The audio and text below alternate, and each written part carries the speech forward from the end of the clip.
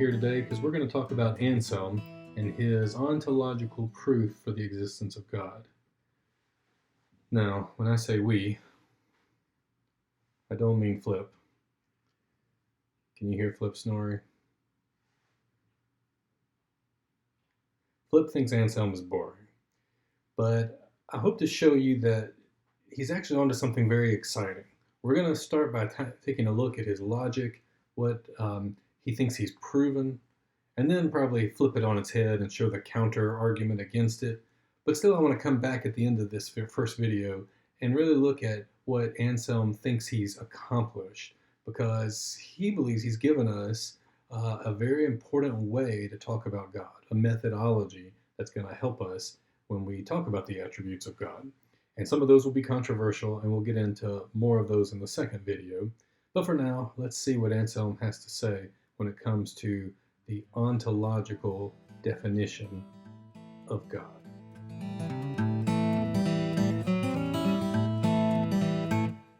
All right, this ontological argument for God's existence is one that's had a very important history in the debates in philosophical history. But what I want to do is just break it down to some real basic steps. If you've read Anselm's Proslogion, you know this famous definition he gives us. After trying to understand how he could define God, he comes upon this idea that this idea that says God must be, when we talk about God, God must be defined as that than which none greater can be conceived. Now, he seems to jump in his logic. Once he has God defined this way, he has this conclusion. He's got the idea that therefore God must exist. And to people who first read Anselm, it's clear that he's made a logical jump, and you have to try to hear the assumption that he's making. What I think the easiest way to understand him is to break his argument down into a syllogism. And he thinks that these logical syllogisms are so intuitive, he doesn't even have to tell you some of his premises. But a good syllogism always has two premises and a conclusion. All men are mortal, Socrates is a man, therefore Socrates is mortal. Well, Anselm thinks he has that. He's going to say that first premise that we've already started with, God is that than which none greater can be conceived. And then he thinks you just intuit and know and assume what that second premise is. That second premise is the idea that to exist is greater than not to exist. And now he can come to this conclusion, therefore God must exist. Now, if you're going to try to understand the logic of this, any syllogism could be logically flawed. There could be something that doesn't follow from these two premises. However, Anselm's pretty convinced this is logically sound. And one of the ways you could question it is if it's logically sound, but you don't think it's correct conclusion, then you might challenge the premise. So let's go back to premise one and talk about what we mean by God. Anselm thinks this definition is inevitable for someone who comes from the perspective of a Judeo-Christian tradition. If God is creator, then God has created all things, and God must be prior to and greater than all things. And so anything we could even conceive of, God must be greater than that. And I think that's a correct premise. If you define God differently, this logic won't work. If you define God as, say, the Greeks did, as Zeus, if you think God is some old man with a beard sitting on Mount Olympus throwing light bolts at you when he's angry, well, this definition doesn't prove Zeus exists. But that's not what we're talking about in our Christian tradition. Christians understand God to be that than which none greater can be conceived. Now that brings us to the second premise. To exist is greater than not to exist. I shouldn't have to spend much time on this one. I think we would all agree with this. There has been some debates to it in modern theology. People like Nietzsche, nihilism came along. I say I don't have to spend much time because I think we all intuitively know that one, Nietzsche probably didn't follow through on his own logic. He didn't seem really committed to that nihilistic view. Second, if I were to ask you to join me for dinner, and I put before you a dinner that existed and a dinner that did not exist, I think we all know which dinner we would actually want. Which is the greater supper? The one that exists. So all things being equal, to exist is greater than not to exist. Therefore, here's our conclusion. God must exist. Because if you were describing something that does not exist, by definition, you would not be describing God. Maybe I could show you by jumping ahead and what he does with some other things in this. Once he has the idea of existence versus non-existence, he's going to then start to apply other attributes to God. I'm going to come back to these in a moment, but you can sort of see how the same logic works. If God is that than which none greater can be conceived, you start to list attributes and ask, do they apply to God? Is God powerful or is God impotent? Well, clearly to be powerful is greater than to be impotent, and so whatever's on that greater than side must apply to God, because God by definition is that than which none greater can be conceived.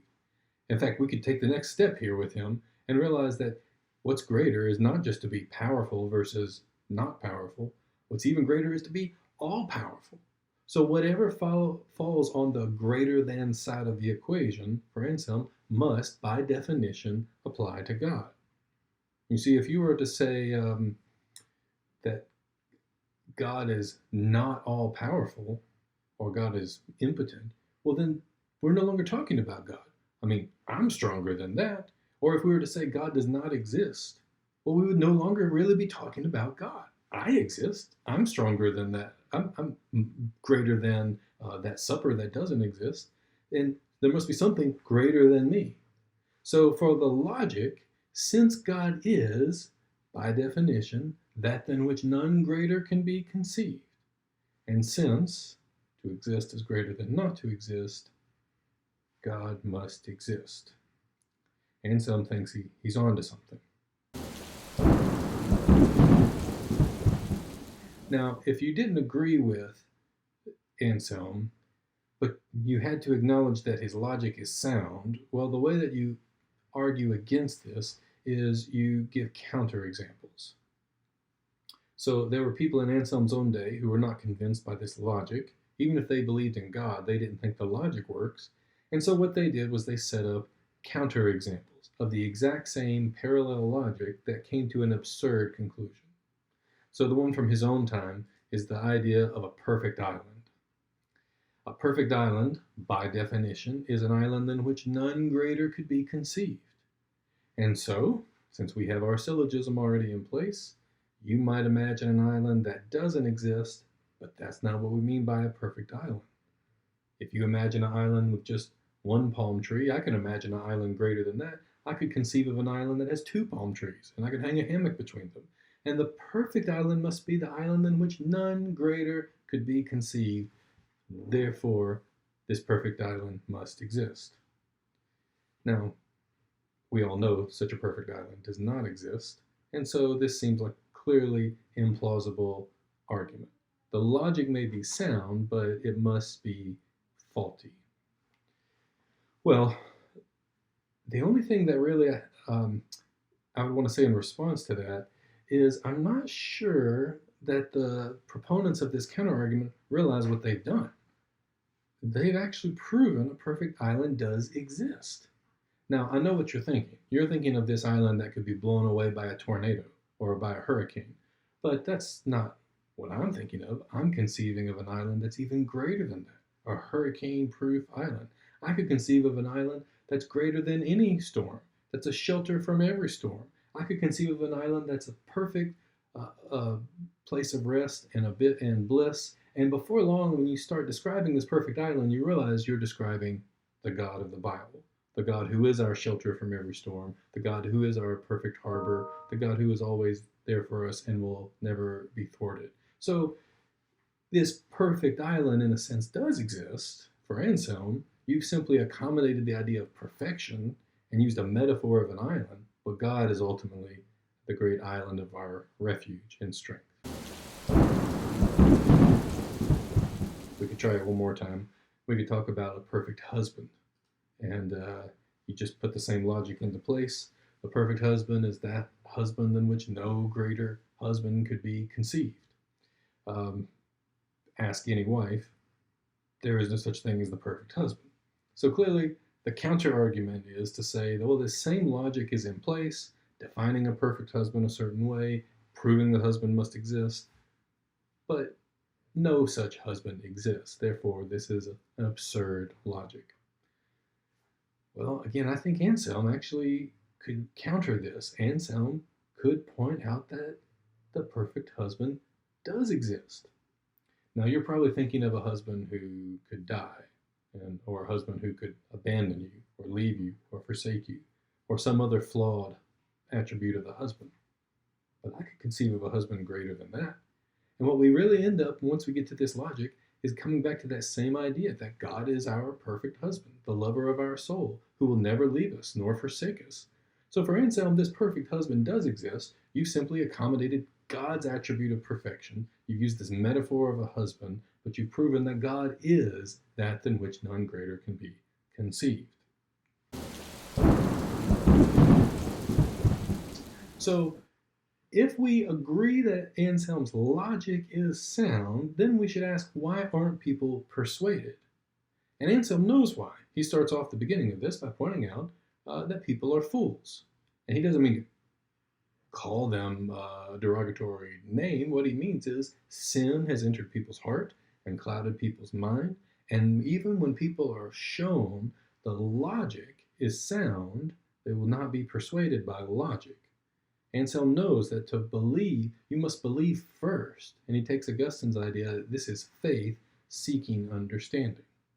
And so once you believe in God, well, then you can recognize God for who God is. God is that than which none greater can be conceived. And then it's obvious to you that God must exist. But that's not going to persuade many people.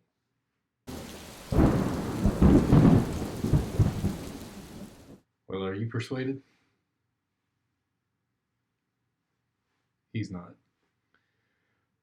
But Anselm was never trying to persuade anyone. Anselm isn't trying to give an ontological proof for God's existence. Anselm has simply come up with the ontological definition of who God is. Now, the reason that's important is not because he thinks he's going to convert someone through just pure logic. Instead, he thinks he's given us the methodology we need to talk about God. When we talk about God's attributes, what do we attribute to God? What do we say about God? Well, he believes God is ultimately transcendent and infinite and omnipresent and all of these things, but how would we know to speak of God in these terms? Well, to go back to where we saw him put up the greater than sign, is something that exists greater than something that does not exist? If so, that attribute, existence, must fall on the checklist of what we can attribute to God. And anything that you're going to put on the greater than side, not only must God be powerful, he must be all powerful, because to be all powerful is greater than just be finitely powerful. And we could take all the different attributes and see how Anselm's logic works. He's trying to look to see what is greater than something else that must be attributed to God. Now, the only time this gets tricky is when you're not sure which side of the equation to put something. So he comes across an example where some people want to put justice on one side of the equation and mercy on the other. And which is greater? Do we want a God who's simply going to be just, or a God who's going to be merciful? Well, Anselm understands the dilemma, but he thinks that his methodology will help you out of it. Because what's greater is not whether mercy is greater than justice or vice versa.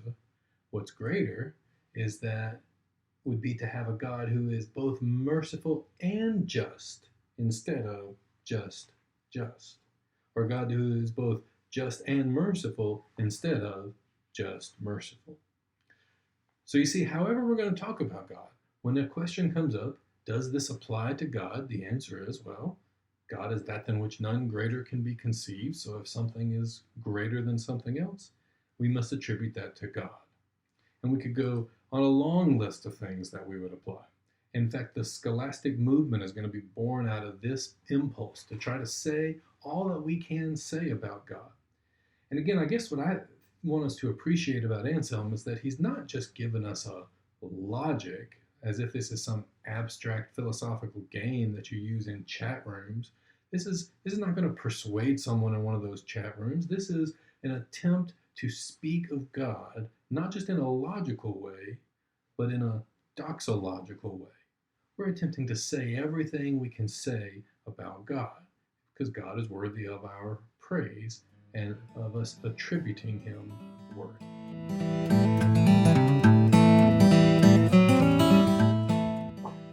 Well, I don't know if you were persuaded. I don't know if you thought Anselm was boring, but that last part where Anselm gives us a methodology to attribute things to God, I mean, that's something